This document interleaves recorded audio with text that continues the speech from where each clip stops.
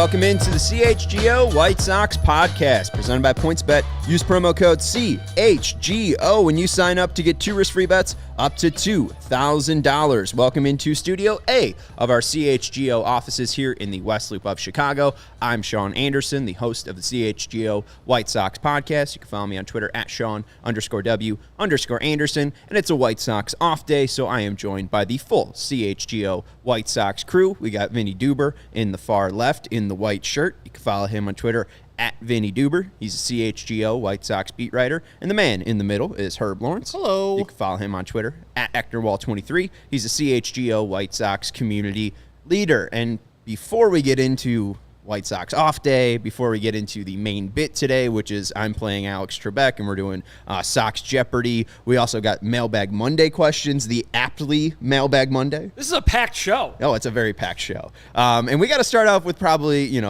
the thing we're most known for at this point, Herb falling on his ass. Yes. Herb falling on his face more than anything. And me. I wish I fell on my ass. That'd be great. And joining us now today is the knee brace that Yasmani Crandall gave to Vinny to give to Herb. So how you feeling, Herb? How's the knee, been? I mean, the knee never was a problem. It's the hamstring gave out on me, and I hit the knee. But, I was explaining to the CHGO Bears guys, and good to see them. Herb Howard in the house, another Herb. Always good to see another Herb. My fall didn't break anything. I didn't break a bone as yet. I haven't gone to the hospital, but, I think I'm Mr. Unbreakable, Bruce Willis. I'm not Mr. Glass because I've only broken one bone in my whole life, and that was my ankle when it was in wrestling. So I appreciate my man Yasmani thinking about my health and supporting us with this nice knee support. That probably costs like $100-some, man. Yeah, I bet. That's rich as hell. Nice, pretty penny. I would never buy that for myself. Probably took it off a shelf. But I'm definitely going to be wearing it in the future. You ever broken a bone? No, I am Wolverine. I have adamantium bonded to the skeleton. For all the nerds out there, You say adamant? Well, adamantium is the fictional metal that coats Wolverine's skeleton. Yeah. Okay. he's also talking a nerd, which means I also stay inside as well and have not broken a bone in my life. So shout out to Vinny and I. Wrestling. Yeah, it was sophomore year. My coach, freshman year, my coach made me do wrestling because he didn't want me to get out of shape for football next year. I couldn't play basketball. He said, if you can't make the basketball team, you're coming out for wrestling. I was like, son of a bitch.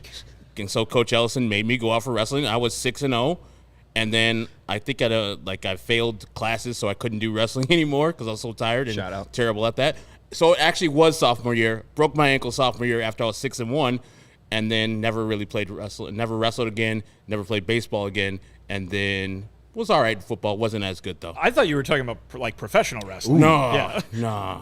Yeah, it was. I stuck my left foot in between the two mats, and the guy tossed me and then broke my ankle / tibia. We're bringing up professional wrestling here because I do want to see Herb in some sort of ring now that he's bringing up his wrestling career. Have we seen the Edwin Diaz entrance in New York for when he comes in as closer? It's gone on for a few years now. Yeah, I've seen it before. Yeah, and I know it went around the internet the other day, but they've been doing it for a while, I think. So are the White Sox missing out on an opportunity because Liam Hendricks is exponentially cooler? We are just not getting a shot of someone walking out of the bullpen behind Liam Hendricks. So the more I see Edwin Diaz's thing, I'm just like, well, wait for the cool light show in Chicago when Liam Hendricks is coming out to a horrible version of Queen. I think that might blow up or go viral. So as the kids you want say. The camera angle is what you want.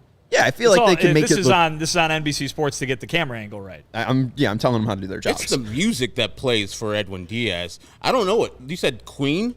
Yeah, it is about 4 songs playing at the same time.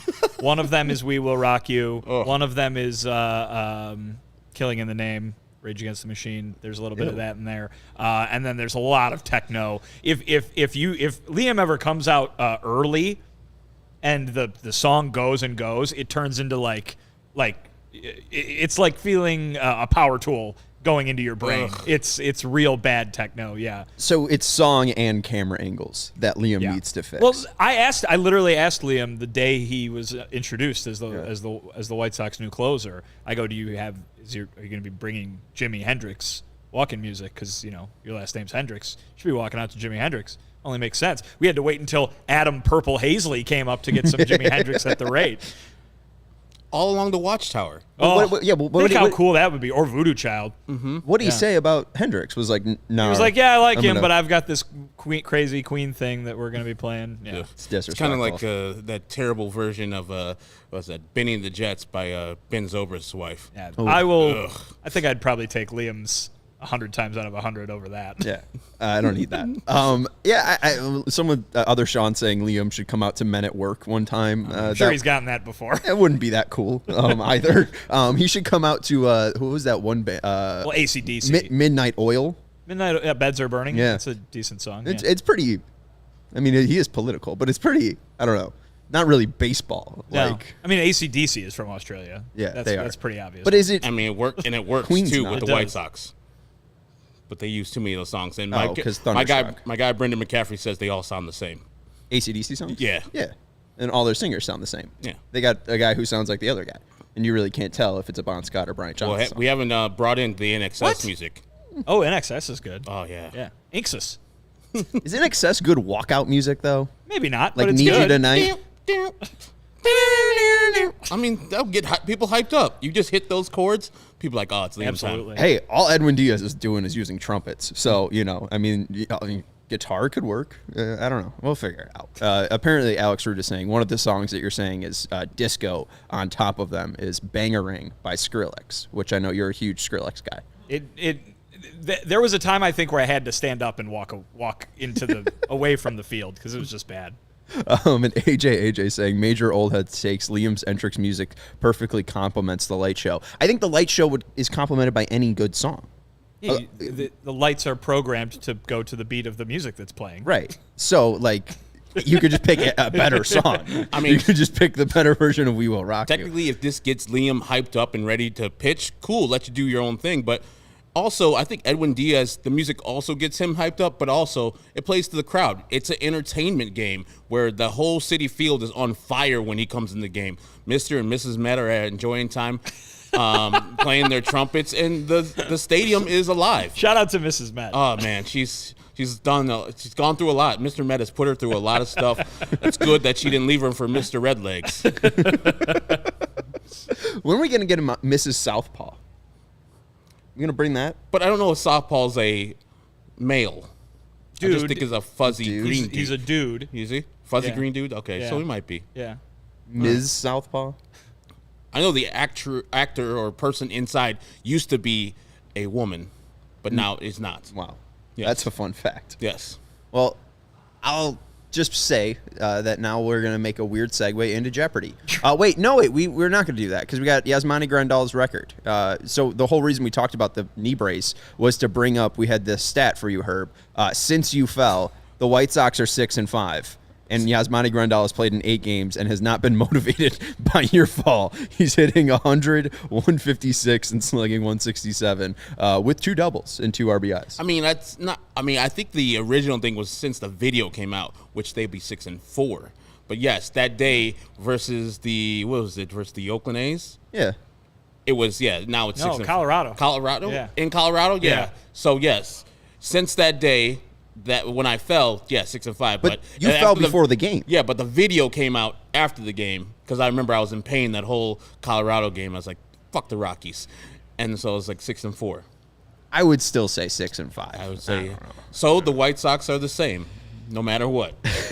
They're just a 500 team. It might work in this division.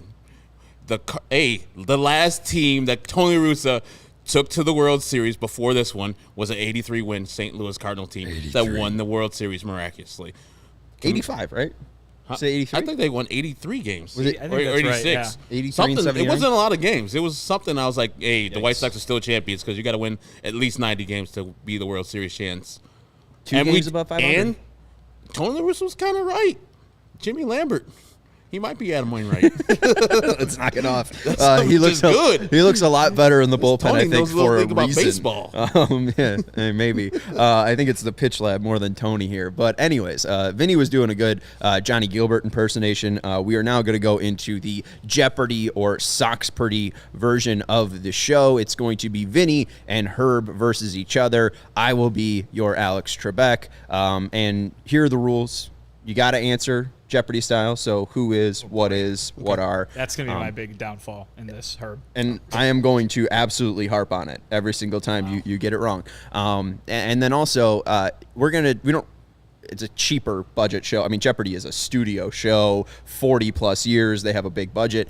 We don't have buzzers, so you're just going to have to make the best sound with your mouth. All right? And I will just go or bah, yeah, or whatever. something like I that. mean, you're it's dealer's choice. Should Truly. I just go buzzer? You could do that. Okay. You could do that. Buzzer. You can go or you can go huh. You Okay. can whatever you want. right. And you could change it up on me. I could tell the difference between your voices here. Let's look at the Jeopardy questions here. It's just going to be one round. No double Jeopardies. No daily doubles here. And you can see the I mean, I don't know if the actual audience could see it or not, but down at the bottom we got Vinnie and Herb. You can see the. You can't see the thousands. I don't think the thousands. Okay. All right. Nice. Well.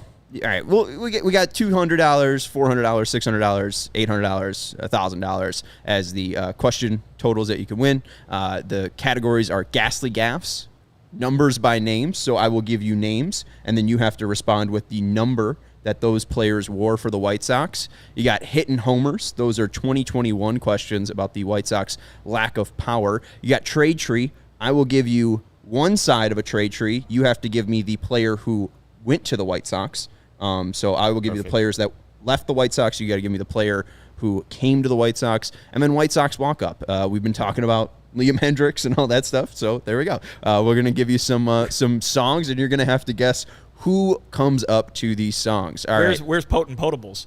That was ghastly gaffes, honestly. Gotcha. Where's Penis Mighty? The pen is mighty is not on there. We could have done that. You could have done that, yeah. I didn't do it. I took a different pen is joke. Anyways, you guys ready to flip a coin?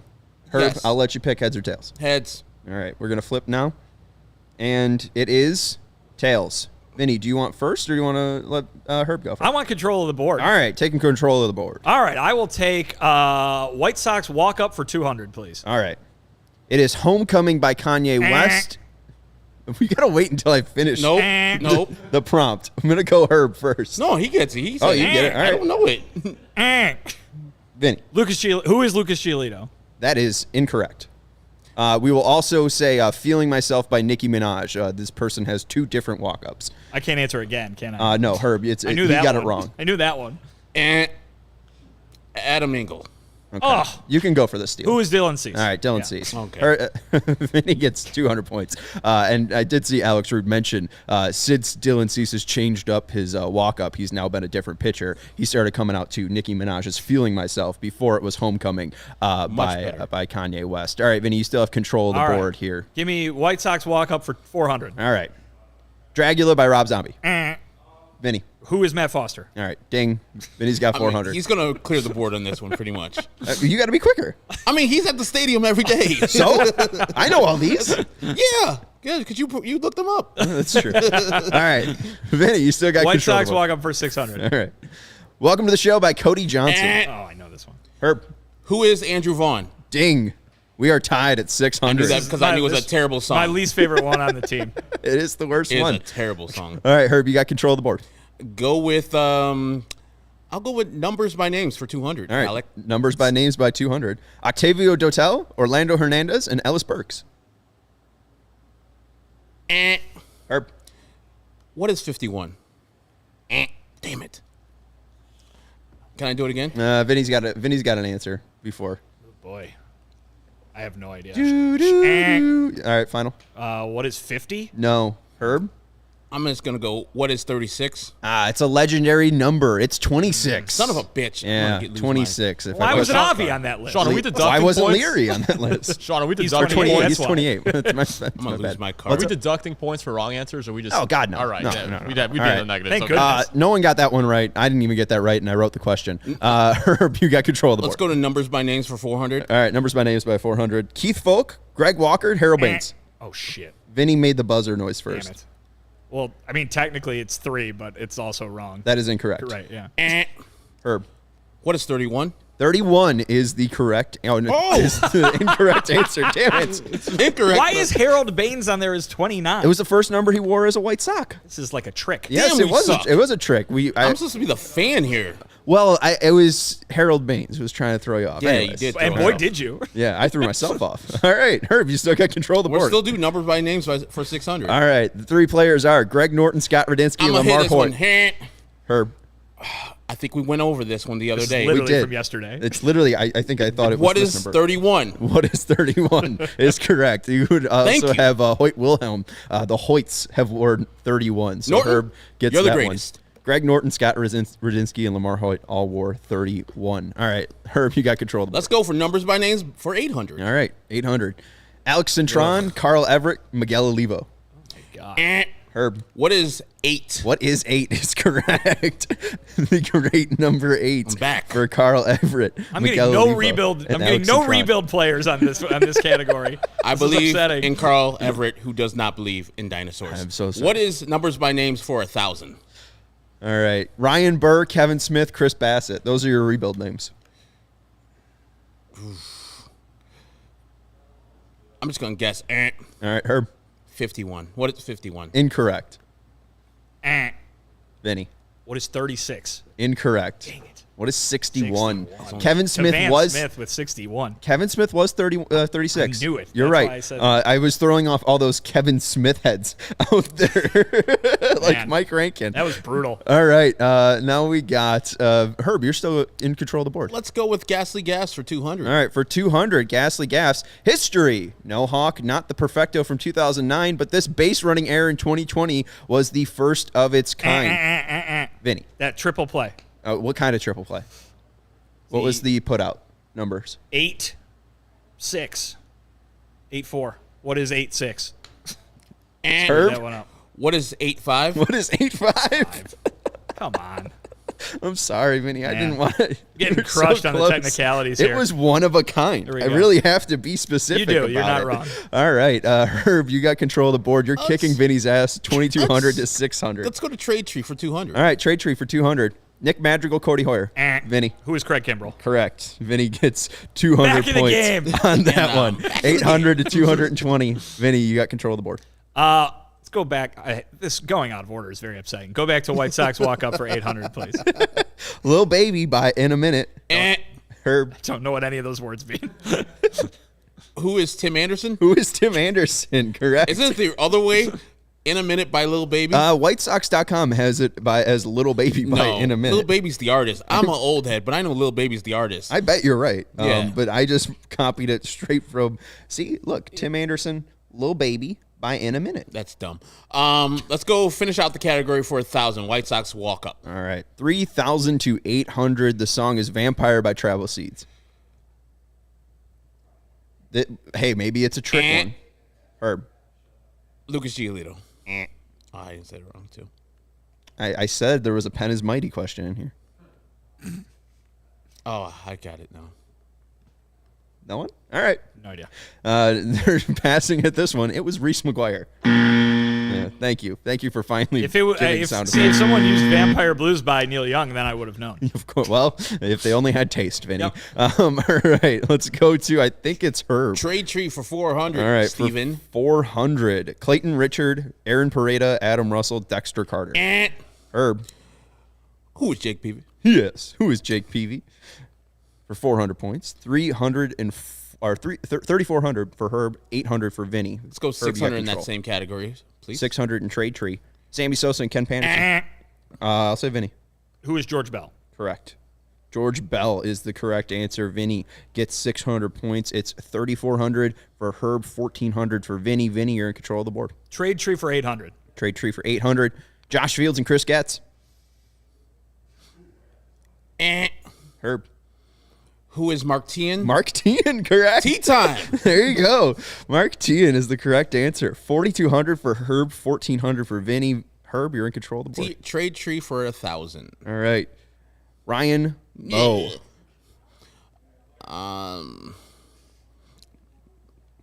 I do not know who this is. That is not a real person. It is a real person. And it was a real important trade, especially for a certain year. This sounds like one of those made-up names from the Oakland Athletics. It was a made-up name for a person on the White Sox organization. All right. Do. Herb. I'm just going to hit it. I know it's not the answer. Who is It's within the last 20 years. Bobby Jenks? No, not Bobby Jenks. I know that. Any guess, Vinny? Well, you've led me to believe that it's an 05 White Sox of some fashion, but I don't know which one. Steven? Any guess? Dustin Hermanson.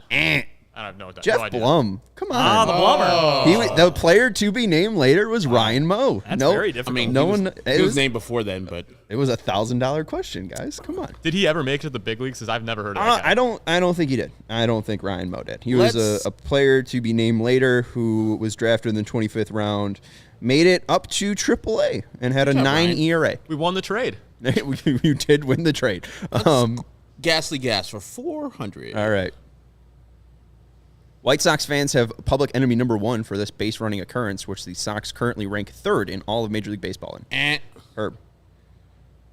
What is getting out at home? Yes, I will accept that answer. Outs at home base.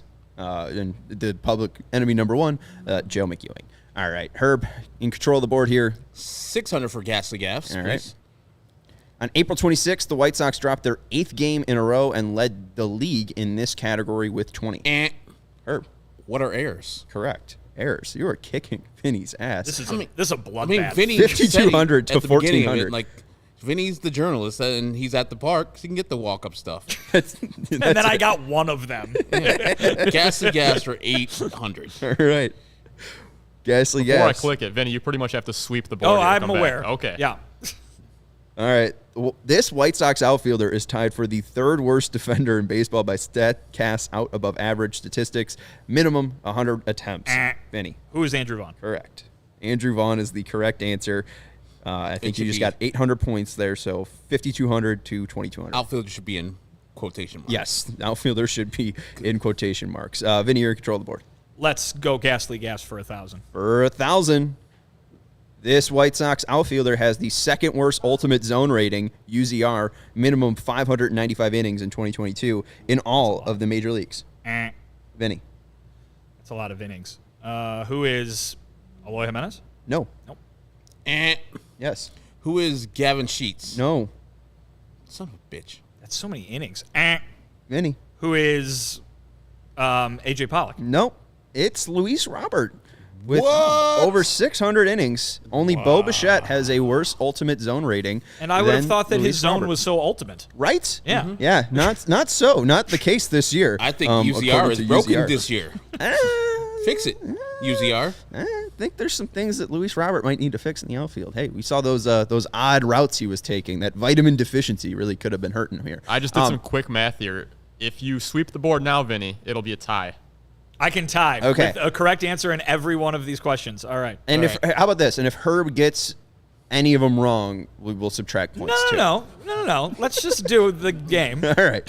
Vinny's got the board. Vinny's got the board. Vinny, you want to start? I'll go with hitting homers for 200. All right, for 200, with the 17th home run of 2021 in the first game of a doubleheader versus the Twins on July 19th, Jose Abreu pushed the White Sox past this home run milestone. White Sox pass at home.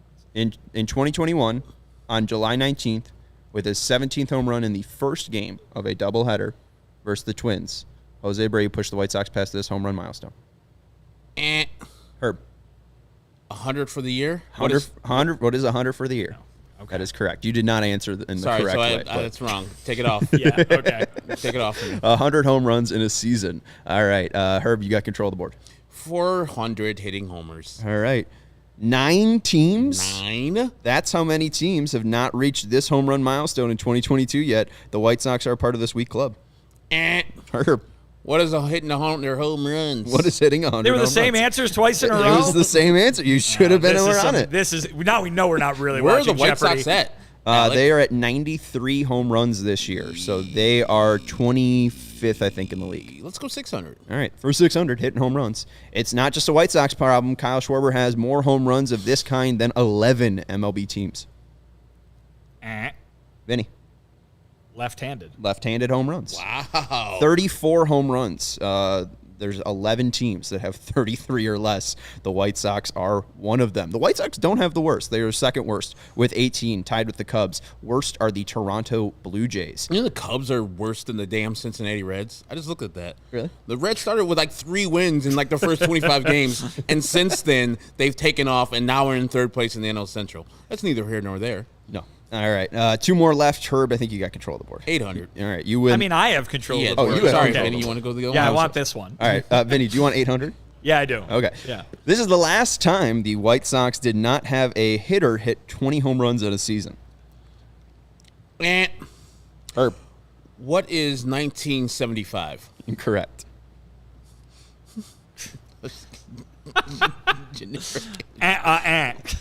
Vinny. What is 1988? You guys are cold. Oh, Incorrect. I know. I think I It's got got to it. be pre-Frank, right? What is 2020? Yeah, is that's what I would've 2020? said. Okay. I just thought about it. Jose Again. Abreu That's had a 19. trick question, too. Hey, I never said they weren't going to be. You guys know the White Sox, so I got to make them somewhat tough. All right. 1,000. 1,000. Vinny, you better answer this one right. Yeah. On August 2nd, 2022, the White Sox had their 20th game this season, accomplishing this feat. Since the new millennium, the lowest amount of games accomplishing this feat was 35 in 2015. Vinny. Homerless game. No. What? Yeah. What? And Yes. what is multiple air game? No. No, this is Oh, about it's home homers. runs. You guys are close. I'll tell you that much. The lowest amount. So Games with a homer. Games with more than one homer. games with 2 home runs or more. Multiple So home runs. multiple home Right. run games, yeah. 2 home runs in a game. right. So the White Sox have 20 games with 20 or 2 home runs or more. Got it under this 3 year. grand there, Steven. They need 15 more to accomplish it. There's no final Jeopardy. Herb wins 6,800 I'll bet to all my money. 3,800. I'll put all my money against Vinny's and see if I lose. All right, hold on. Well, let me come up with a question here So for here you you go. guys. Okay. Now everybody gets to listen to Sean looking up something up on Google for the next. Well, I'm going to read them an 5 ad minutes. first. I'm gonna double duty here, and I'm going to read the PointsBet ad, and then I'm going to read the Owen ad, and then I'm going to add you guys a final Jeopardy question. And the best way to support CHGO is to download the PointsBet app and use code CHGO when you sign up. If you do that right now, you get 2 risk-free bets up to $2,000. But that's not it. If you make a $50 or more first-time deposit, you'll receive a free CHGO membership, which unlocks all of our web content, and you'll even get a free shirt of your choice from the CHGO locker. That's $2,000 in free bets, a free CHGO membership, and a free t-shirt from the CHGO locker, all for making more than a $50 first-time deposit at PointsBet. If you have any questions, you can email pointsbet@allchgo.com, and we'll help you out. And PointsBet's your home for live in-play betting, and it just got even better. If you see an edge in the game you're watching, if your favorite team is primed for a comeback, don't just watch the game, bet along with it live. There's more live betting, more live markets, and faster live cash-outs with the PointsBet app. Right now is a fantastic time to take advantage of this deal. We have a brand new shirt in the CHGO locker. If you want to celebrate the great White Sox ace, we now got the shirt for you. It's got a very sexy mustache on it. It's for possibly an award winner. You see the shirt on the screen right there. Who wouldn't want to be rocking the Cy Cease shirt? So again, download that PointsBet app, use the code CHGO, and you sign up, and you'll get the opportunity after you make a $50 or more first-time deposit to get a CHGO membership, which again unlocks all of the web content like Vinnie Duber's articles. You get the free t-shirt. You get to talk with us in the CHGO Discord. It is a fantastic, fantastic deal. So once the game starts, don't just bet. Live your bet life with PointsBet. If you or somebody you know has a gambling problem and wants help, call 1-800-GAMBLER for crisis counseling and referral services. And our next partner has a product I want to tell you about. Just had CHGO Bears talk to you about Justin Fields, and he has informed us about this great new product, Owen, which is a 100% plant-based protein shake that gives you nutrition that works as hard as you. All their products are free of artificial ingredients. They're allergen-friendly. There's no gluten or dairy, and they're easily digestible. Herb needed a snack. He ran down to the corner store. What did they have? Boom, Owen in the fridge. And he brought them back to the office, and even when they're not supplying us with the great free samples of the chocolate, the vanilla, the salted caramel, the strawberry banana one, Herb's still reaching for Owen. It's only what you need when you are putting energy out into the world. Put it back into your body with the great 100% plant-based protein shake, Owen. Again, it's only what you need. Owen and CHGO partnered up to give you an awesome offer. You can get 20% off your first purchase at liveowen.com. And with code CHGO20, again, you can get 20% off your first purchase at liveowen, OWYN.com, and you can join me and Justin Fields and try Owen. Again, it's only what you need. All right. You guys were right that I have no idea where I'm going with Final Jeopardy here. It's fine. Yeah. Save it for the end of the program. Okay. Yeah. All right. We'll save it for the end of the program. I think that's a good idea. Let's move on into the Mailbag Monday portion of the show. The packed show rolls on. These questions are already written for us, so we don't have to worry about I don't have to this. answer these in the form of a question. No, you don't. You can. I mean, maybe it'll still be fun. Let's start off, Steven, with the first one from our guy Sam. And I love our Discord. These guys are CHGO members. It was the first. Sung-Hin he goes by Sam. He introduced himself to me as Sam. That I could see how that could be confusing. But these great CHGO Discord members are hanging out with us, and I didn't even have to give them the prompt to give us mailbag questions. They just gave us mailbag questions. So shout out to Sean, Sam, and I believe Steven for sending these in. From Sam, out of the current AL contenders, which would be the best matchup for us, the White Sox, if they luckily sneaked into the playoffs somehow, some way, by October? So looking at the possible teams that can make the AL playoffs, which is the easiest matchup for the White Sox to face? Let's say they host a home series, 3-game series with the new playoff format. Who is the easiest opponent for the White Sox to see? I would say out of the teams, it would probably be Tampa Bay because, yes, they do have a dominant pitcher at the top of their rotation with Shane Rue McClanahan, but I don't see anything in their lineup necessarily that could dominate Dylan Cease. I don't see anything in their lineup in the second game where right now I'm probably throwing Johnny Cueto out there that would pose a problem for the White Sox. And remember, the White Sox would be hosting these games. So out of all of them, like we were talking yesterday, I don't want to see Seattle. That top of the rotation is pretty stacked. Their lineup looks pretty good. I don't want to see them. We faced them earlier in the year and still got to go back out to Seattle. So I'm good on them. I'm good on the Blue Jays. And I think out of all the teams in the mix, I mean, even the Twins give the White Sox troubles from time to time, and the Guardians, I don't want to say them, but the Tampa Bay Rays would be the team that I would say, all right, we have a fair shot, maybe not winning it, but I would be the team that I would say that is the best opportunity for the White Sox to advance to the second round. That was kind of what I was thinking, too, mostly because they've already played them home and road, and I think they've won both series. So you've got the recent history there. Not only that, too, you got a nice dome team that would be playing in Chicago in, I guess, October is kind of another summer month at this point. But every once in a while, you get a rainy, chilly, rainy evening, and maybe the White Sox could benefit from that. Here's a thought, though: who's got an ace that's left-handed? That might be the way to think. Obviously, we've seen the numbers that are not necessarily what they were last year or the year prior when it comes to facing a left-handed starter. But I think that has more to do with the run scoring more than it does necessarily the way guys have had success or not, because obviously the numbers against right-handed pitching have not been very good throughout the season for the White Sox. So, but yeah, I would go ahead and guess the Rays. But it's a question that right now probably has a different answer than it will once we get to the end of September or, those first few weeks in October when they're finishing out the regular season, because it's going to be based on who's hot, right? And how many times have we seen a team get in as the wild card, but they're rolling at the end of September, and that's what really kind of powers them throughout the postseason. And AJ says that we obliterated Robbie Ray. Sean and I were at the game, and Vinny was there too, I'm Real sure. sloppy. Yeah, it was sloppy conditions, rainy pretty Homers, much the whole though. night. Yeah. Mm-hmm. Yeah. And it was in April or May, so it wasn't the real Robbie Ray. When it comes to playoff time, I don't want to see that man, especially don't want to see Luis Castillo pitcher versus the White Sox. So, yeah, I would take the Tampa Bay Rays. Well, you mentioned it. Which team has the left-handed ace? It's Shane McClanahan. So I think it's easily the Rays, just because, again, you went down to Tampa, you handled business down there. You welcomed Tampa in, and that was early on in the season, to be fair to Tampa.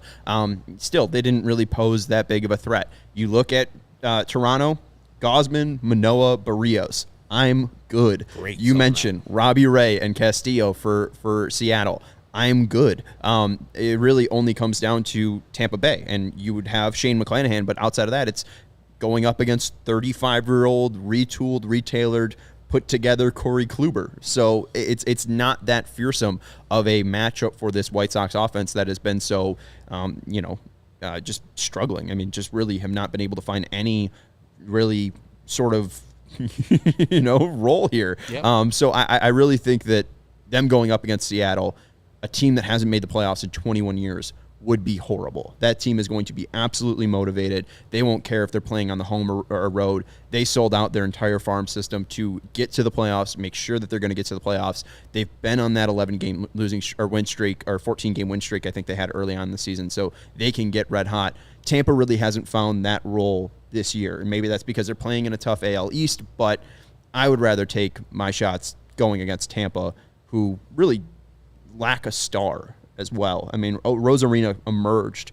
for them back in 2020, but there's not really a star on that team. Maybe Wander Franco when he comes back. Like, he's currently injured. That would be really the only, downside I would see of facing the Rays. But, I mean, best case scenario, the Orioles sneak in as a wild card and you face the Orioles, who have horrible pitching. And with most of those, you can set up a fake revenge for the White Sox, because if the Orioles get in, you say, hey, there's revenge for 83. If the Toronto Blue Jays get in, revenge for 93. I'm sure everybody on the White Sox really cares about that right now. I'm pissed about 93. And then 2000, the Mariners, and 2008, the Rays. The manager might care about 83. 83. There's at least one guy who might give a damn about that. And shout out, what's up, Hunter Williams, and Alex saying McClanahan is a star. Absolutely, but he's left-handed. I mean, Robbie Ray's a star, Luis Castillo's a star, Alex Manoah's a star, Kevin Gausman a star, Shane McClanahan's a star. He's the only one out of that list that's a left-hander. If you're getting to the playoffs, your number one starter is a star. Right. Yeah. I mean, honestly, the only team that I think wouldn't say that is Baltimore. Cleveland's got Bieber. Seattle's got Ray and Castillo. Tampa Bay's got Shane McClanahan. Toronto's got Manoah and Gausman. The Yankees have Garrett Cole. I heard he's pretty good. Justin Verlander, who you picked to win AL Cy Young, heard he's pretty decent as well. So, yeah, all of them have stars. So, again, and Alex saying Shane killed the Sox last time. We're not saying that. We're just saying that he's left-handed. Yeah, I don't want to face any of these teams. Can we face the Cubs again in the playoffs? There's a reason why we're all upset here with the White Sox, because I don't think they're getting past the first round, which was the goal for this team. Even making the playoffs is in question here. Let's go to the next question from our guy Other Sean. He ends up asking, kind of in the same vein, I'm going to be positive and say the White Sox, or say when the White Sox win the division. Cease starts game 1. Who starts game 2? I think the argument can be made for Cueto in game 2. Playoff experience plus is what you get with him. So how would you line up, let's say, a 3-game series versus, I think right now it would be Seattle. So if you're going up against Seattle, how would you roll out the White Sox pitchers 1 through 3? Today it's easy, I think. Today it goes Dylan Cease, Johnny Cueto, Lance Lynn. Mm-hmm. I don't know. That's on me. AJ. Robbie Ray is left-handed. I forgot about that. He turns his butt completely to the guy. And that's on me. I don't know if by the end of September, though, that answer is going to be the same. Nothing against Johnny Cueto, but I could see a guy like Lance Lynn really catching fire and demanding one of those top 2 spots in that playoff rotation. Heck, a lot of people are gonna laugh at me in the comments over here. Lucas Giolito could do the same thing. Obviously. Not today. If the playoffs started today and the Sox were in, which they're not, but if they were, he's struggling right now. But they got almost 2 months of baseball to play before the playoffs started. So right now, game 1, Dylan Cease, no question.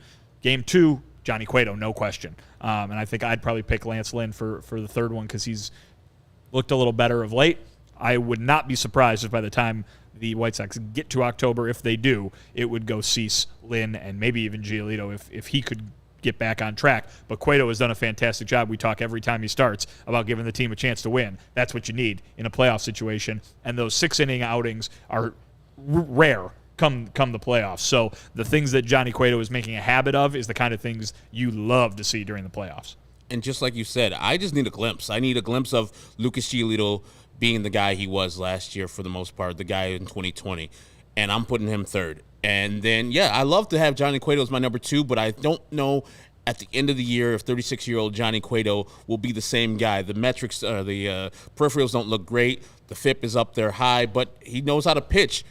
But do I want to put that on a game that might be a deciding game? Johnny Cueto out there versus the Seattle Mariners when we lost the first game somehow, and then Johnny Cueto goes out there. Probably not at that time. I would want to reserve a spot for Lucas Giolito just like in these last 2 months to say, hey, Lucas, let's audition. If you want to be a starter right there, cool, we'll put you in there. It depends on you and on Lance Lynn. If we see glimpses of the old guys, we're going to put you as 2 and 3 and have Johnny Cueto, like he did when Michael Kopech went down, be ready for if there's a blow-up by Lance Lynn, if there's a blow-up by Lucas Giolito, because I think he's more suited for that role than the other two are suited to coming out of the bullpen. Well, and Tony always says, like, I don't want to lose a game and lose pitchers. So, too, that would at least give them the opportunity if they get blown out. If Lance Lynn has a horrible start or whatever, Johnny Cueto could just eat innings for them so they don't have to eat into that very, very important bullpen that they have. I think it is fairly easy at this point. I would say Dylan Cease is your game one starter. Johnny Cueto hasn't given me any reason to go away from him. I understand you bring up the FIP, but that kind of just goes with being a control-heavy guy. As long as he's limiting contact and limiting exit velocity, which he has done, he just did in that Texas game as well, he's going to be successful. He is really good at picking spots, and I think at least 2 times through an order, he's proven to be very good. As long as he can escape the first inning without giving out a run, he can usually make it to the 6th without giving out too many. So I like Johnny Cueto in game 2 just because he knows how to pitch. He knows how to face veteran bats as well, and he has that experience of going through playoff games. And third, I'm going to give it to Michael Kopech. I mean, he still has a sub-350 ERA. There are questions about Lance Lynn's velocity. There are questions about Lucas Giolito's velocity. I understand that Lucas has been there, done that before, Lance Lynn as well. But Michael Kopech has been the third best starter for the White Sox. And if he can give you 7 innings, which he's been proving to do recently and later on in the season as the season goes on, I'm fine with rolling Michael Kopech out there. I think the question is he the White Sox third best starting pitcher today? No. I mean, you got to win that game on that day. I think that's the question. You're right. If you're talking about the season, no doubt about it. He's had the third best season in that rotation, but it's about winning that game on that day. And you can't reward somebody for what they did, or you shouldn't perhaps reward somebody for what they did in April and May when you're trying to win a game in October. 2 of the last 3 starts by Lance Lynn have shown me glimpses into the old Lance Lynn where his velocity's back up. So yeah, if that guy continues to be out there, he's my number 2 starter, and then I'll downshift to Cueto if I don't see anything from Lucas Giolito and if Michael Kopech keeps on going down the path he's at right now. So those would be my first 3. Cease, then Lynn, and then Cueto. Since July 29th, the starting pitchers has been Dylan Cease, an ERA of .59, Johnny Cueto 2.25, Michael Kopech 3.46, Lucas Giolito 4.44, and Lance Lynn 6.41. The velocity was there for Lance, kind of. It still hasn't peaked over, I think, 94, which is still kind of that barrier that he needs to be where he was last year. So I am a little concerned about that. And what we've seen with Lance, too, is, he's still been hit fairly hard. You even look back, to those games since the 11th, he's got an ERA of 6.4, 7 home runs in 26 2/3 innings. And just since he is so fastball heavy, if he's not getting that velocity, he's not getting that movement that makes him so dangerous, I really don't trust him at this point. There are questions about Kopech's slider and if it's being released it the right way right now, if it's getting enough depth. That's something that Steve Stone keeps talking about on the broadcast, that it's not getting that depth, and that him and Ethan are trying to work on the way it's coming out. But I think if you're able to fix that, you have a great starter in Michael Kopech, who has 2 dominant pitches in that 4-seam and that slider. I would really find it tough to go away from him because, yes, there have been some cracks in Michael Kopech as a starter, but for the most part, even through those cracks, he's been able to pitch through them, and he's still been able to give the White Sox very valiant efforts, even when he hasn't had his best stuff. If he has his best stuff, I still think he's the third best pitcher on the White Sox right now. This is my thing, though. What does Lance Lynn and Lucas Giolito do if those are your first 3? Like, those guys, do they come out of the bullpen? Well, are they just useless like we saw last year with Dallas? I think it's just better suited if you have the lineup that I had. And then Cueto and Kopech are used to coming out of the bullpen. When Cueto's not used to it, but he did it this year. And Kopech did it little last year with his mixed role last year. So there'd be more comfortability there. And I would love a little sample of Michael Kopech where he's like, hey, man, there's an inning.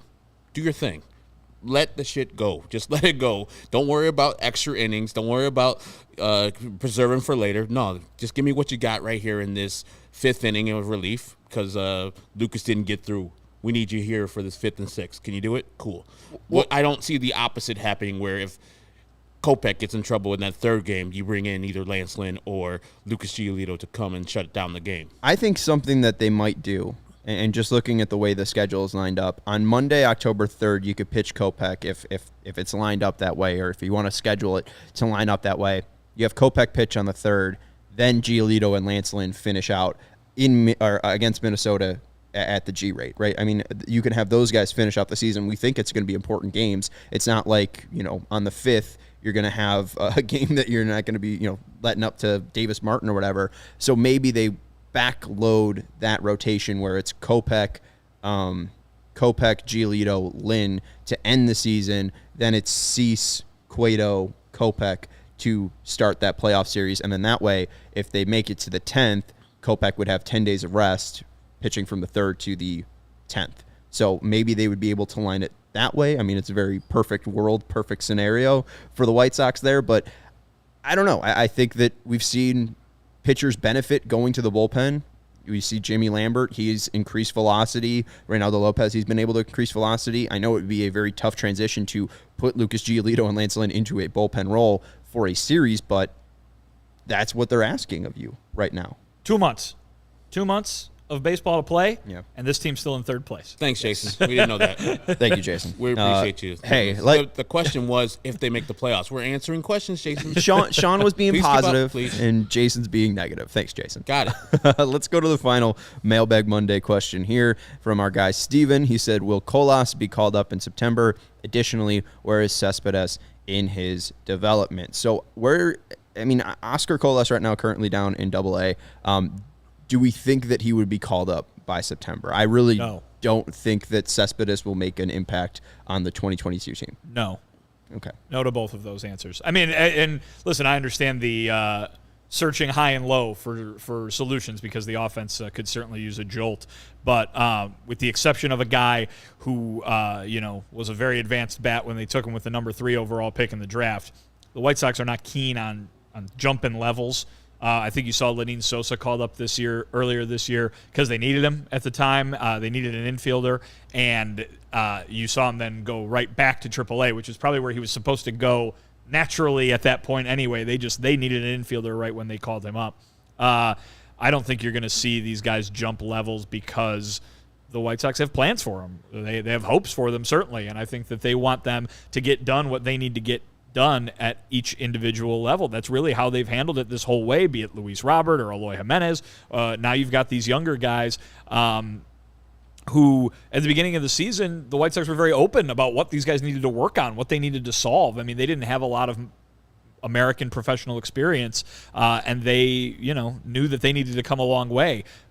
Great on those guys that they've been able to do some of those things and have a lot of success at the levels they've played so far. But I think you're going to see some ample minor league time for these guys to make sure that they can get it where they need it to be. And then the White Sox can look at them next spring, maybe even, or at least early in next regular season and say these guys might be options. Yeah, I think that Colas is probably the one that could push his way up to a major league role. I mean, if Gavin Sheets starts to struggle in ways, maybe they take the chance just because he is 24. I mean, he's older than or about the same age as Andrew Vaughn is. So he does have some professional, experience as well. And in the 16 games that he's been called up to AA, he's hitting over 1,000. He's got an OPS over 1,000. You can't hit over 1,000, Sean. No, you cannot. You cannot. Your batting, his batting average is not over 1,000. His OPS is over 1,000. And he's got 14 strikeouts to 6 walks. He's got 8 extra base hits and 21 hits in 16 games. Like,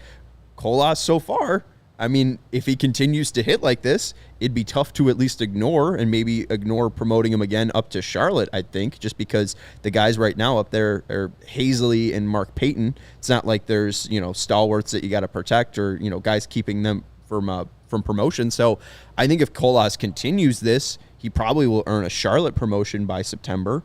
I just don't know if he'd work his way onto the active roster. To quote Hawk Harrelson, where are you going to play him? Mercy. Like, the outfield is already filled up. Like, A.J. Pollock is starting to hit. We talked about that yesterday. He's not an everyday player. You already have Eloy Jimenez, who has to take bats in left field or designated hitter. We have Luis Robert in center as our top guy. And then right field is platooned by Vaughn and Sheets. So where are you going to play him? It'd be great if he just kicks ass more down in Double-A, has a great season, and then has an off season where he's like, okay, I dominated Double-A. Next year I'll start in Triple-A, and then they can't deny me. Cool. Well, next year, he'll probably be invited to big league camp, too. Yeah. Sean, how many games did you say? 16 games? 16 That is games. very not a lot of games. No. Let him get some more major league. And like you said, this is his first American professional at bats where he's doing this year. He played in Japan, he played in Cuba, but he's got to have some success down there. A lot of success. Have like 500 bats down in the minor leagues first, and then we'll see about you coming up. Yes, you might be 24 and you might be itching to get him up here because you don't want to have a prospect be too old, but allow him to do his thing. And we don't really have a need for Oscar Colas right now, and he's not knocking down the door where he's just kicking so much ass and so many at-bats where he's due for a promotion to the major leagues. He's only in Double-A right now. So, yeah, let him have what he needs to have this year, come back next year, and then maybe try Triple-A. And if he's kicking ass down there and he's being undeniable, bring him up. Since June 6th, 43 games split between Single-A and Double-A. He's got an OPS of 983. So, Continue, kid. I mean, he's been hitting well. They need the help. Guys, I've talked to a couple minor leaguers, and they've said that Double-A was the most difficult level of the minor leagues, and I don't think that's the one you want to rush through. Well, it's also the toughest ballpark to play in, at least Sox-wise. And then you compare that to Triple-A, the PCL, it's the best hitting environment. So I don't think you want to put him in an environment where he's going to succeed more just for the fact that he's going to succeed more. I think the best thing for his development is challenging him at Double-A and not rushing that. Well, and also, too, I mean, like, you see Andrew Vaughn in his development. I mean, they just completely skip AAA. So, I mean, AAA might not be that important to hitters if they're hitting certain milestones. I think you look at him as a specific case, or at least the White Sox look at him as a special case. Yeah. And the thing that's been promising, too, about him, I mean, you saw him make a nice play in the Futures game out in center field, a diving catch. He's been playing both center and right, so at least showing flexibility defensively. And Steven also mentioned Yolke.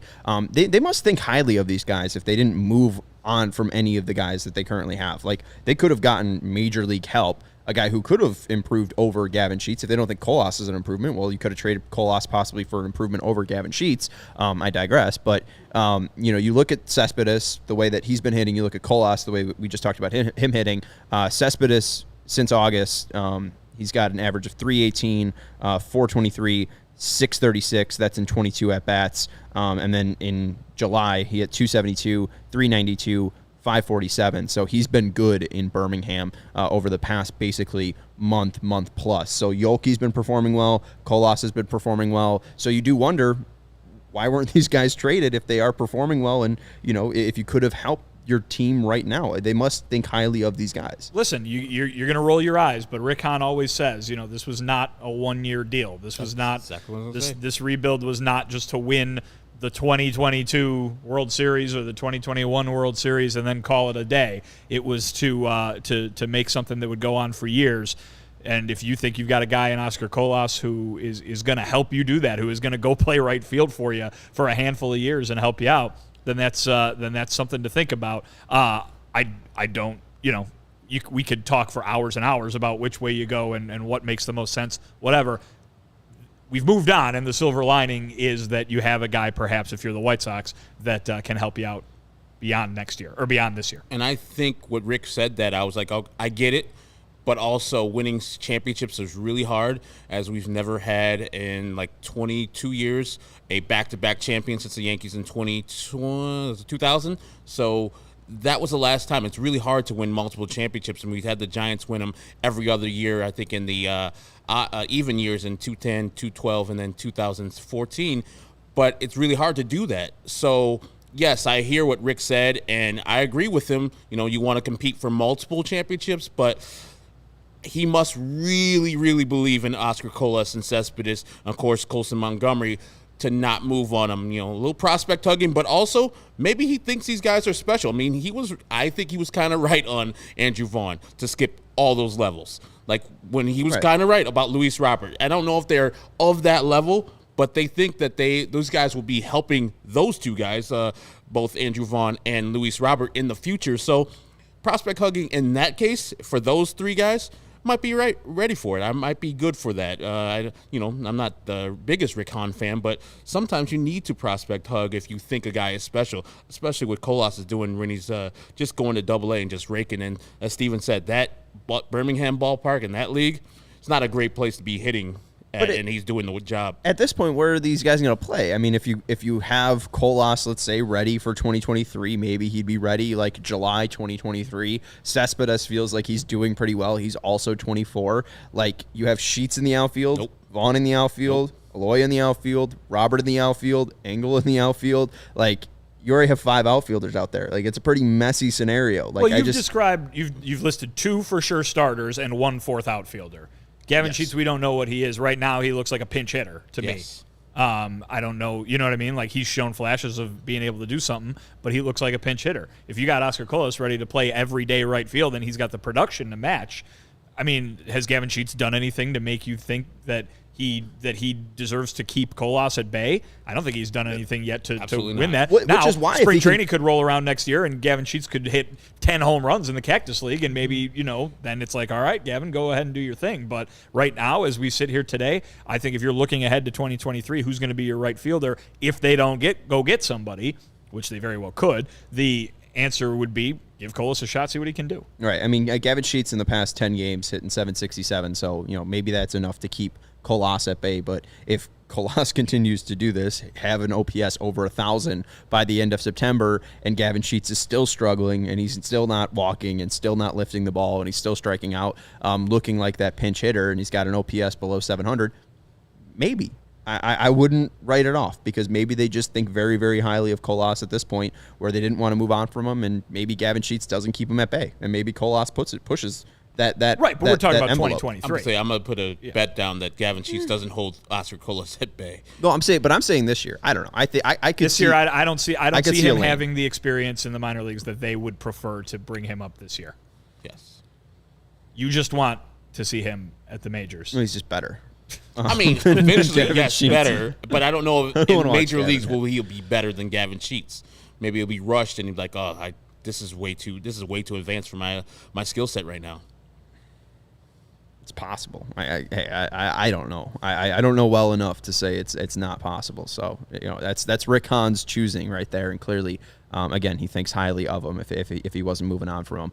And AJ, coming in with the real rational thought here. We don't need to call up either of them. We're signing groomsman extraordinaire Michael Conforto in September. Duh. And I can't wait for the Michael Conforto bobblehead, because Chicago sports fans, your home for the best Chicago sports coverage is partnering up with a leader in the sports merchandise and collectible world. CHGO has teamed up with FOCO to secure your access to the best collectibles and gear around. Whether it's Bears, Cubs, White Sox, Blackhawks, Bulls, FOCO has something for you, your kid, and a friend or a loved one. Looking for some new gear, collectibles, or accessories? FOCO has officially licensed gear for men, women, and kids, with everything from bobbleheads to swimsuits and Crocs. They have a very, very vast selection of bobbleheads. You got your lovely Southpaw bobbleheads. You got your Joe Kelly bobbleheads. You got your Eloy Jimenez bobbleheads. You got your TA bobbleheads. You got your 2022 All-Star Bobbles on Parade bobblehead. You got your Dallas Keuchel Gold Glove bobblehead. You got a great bobblehead that features both Jose Abreu, Yohan Moncada, and Tim Anderson, and there's Luis Robert in the Southside Connect jerseys. So this is a fantastic, fantastic website if you are looking for those great White Sox collectibles for the White Sox fan in your life. FOCO has got you covered with the best Chicago merchandise of your favorite teams. So head over to foco.com or click the link in the YouTube description below. And for all non-presale items, use the promo code CHGO for 10% off, again, at foco.com, or click the link below in the YouTube description. Use promo code CHGO for 10% off all non-presale items at foco.com. The White Sox have a 4-game series versus Kansas City starting tomorrow. It is a doubleheader on Tuesday, it's a game on Wednesday, and it's a game on Thursday before returning home to play the Detroit Tigers. We got probable pitchers for this one. Steven? Probable pitchers for Monday's game 1 is going to be Lance Lynn versus TBD for the Kansas City Royals. On Monday, it's likely going to be Davis Martin for the White Sox and TBD for the Kansas City Royals. On Tuesday, Johnny Cueto versus Chris Bubich. And on Wednesday, Dylan Cease versus Zach Greinke. I was listening to the Sox Machine podcast today and going through the Twins schedule, going through the Guardians schedule, Jim and Josh basically said, if the White Sox go 5-2, that could put them in a spot to be at first place. Do we think the White Sox can get 4 wins here? Is a sweep too greedy of me to ask for in Kansas City? Yes. All right. I mean, have you ever seen them play versus the Royals? Yes, that doesn't look impressive, and it should be a White Sox sweep because they have their best pitchers going against the Kansas City Royals, but it doesn't matter. Sometimes that stuff doesn't matter. The Royals just should see that White Sox white and black, and they're like, let's win. So if we can get 3 out of 4, I'll be satisfied. Like 2 out of 2 is probably the likely scenario there with the Royals. So yeah, a sweep would be. What is that a thing? Can you sweep the Royals down in Kansas City? I think is that allowed? I'll look up the last time the White Sox do not did that. do that a lot. Well, that would be a vacuuming, right? That'd be a vacuuming. That yes. would be a vacuuming. 4 games, 4 wins against Kansas City is possible. It's possible, but the White Sox have kind of had a tendency to just kind of win half of them and lose half of them this whole season. So I would go ahead and say that Herb, just based on past performance, you're onto something there with 2-2. That being said, is 4-0 too greedy of you? No, not at all. It's not greedy. I think this team should be expected to be better than the Royals in all 4 of these games. So but we would have said that 4 months ago, and hasn't played out that way. Last White Sox sweep in Kansas City, May 7th, May 8th, May 9th of 2021. They swept them in 3 games. Carlos Rodon got a win, Lance Lynn got a win, and Lucas Giolito got a win. LG. 3-0, 9-1, 9-3. So if I'm looking at that, the White Sox would do well if they scored runs. So we'll see. I mean, it was last year, and then the Royals still won the season series, which is weird as hell. Like, didn't they win it like 10-9? The Royals? Yeah, and then the White Sox had a 1-3 series versus the Royals in Kansas City. They had a 1-2 series against Kansas City in Kansas City. So they swept them once. The Andrew Vaughn second base game. Oh, the Andrew Vaughn second base game. Did you know Andrew Vaughn, as a second baseman this year, has an OPS over 1,400? Wow! Just saying, got to get those numbers to Tony. I don't think you need to remind him. Oh, and hey, we just got joined by the best adults dating site, so now is a great time to end the CHGO White Sox Before we do podcast. that, do we have a final Jeopardy question? Oh no! You should ask me who has. He has a 1,400 OPS playing second base this season. This is Jeopardy. I did create a final Jeopardy question while Steven's you got guys it. talking. That's why I was Sean late on that eligible to graphic. answer? All right. This is. Am I eligible to answer? Yeah, get on there. Sure. All right. I don't know if this is gonna be a hard one. We're gonna find out. Are you gonna do the Jeopardy music? I not a singer, no. Dylan Gotta Cease hum is it. currently averaging 12.179 Ks per 9 innings. That number ranks second in franchise history. Who is the only qualifying player to average more Ks per 9 for the White Sox at 12.278? Chris Sale. Oh. Who is Chris Sale? Who bumped in? Herb? I think, Vinny, you actually had a little bit. I was going to say, who is Chris Sale? Well, I'm going to tell you guys, all 3 of you are wrong. And who is Carlos Rodon? Wrong. Fuck. And who is Jack McDowell? Wrong. I'm going to give you guys a little bit of a hint here. All right. It's a trick question. Qualified innings? Is it 2022? Is it Matt Davidson? No, he wouldn't qualify for what it's worth. Is it 2022? No, it Or is not. franchise history? Franchise history. Most K per 9? Yeah. And it's That a trick qualified. question. So it's not a reliever. It's a starter. It is a starter. Yeah. Wilbur Wood. I don't know. Wrong. Are you guys ready for this? We Yeah. are ready. It is Dylan Cease last season. Wow. That's where there the you trick go. question came in. He's the only There's the player to be trick. better than himself. Oh. I didn't get that question.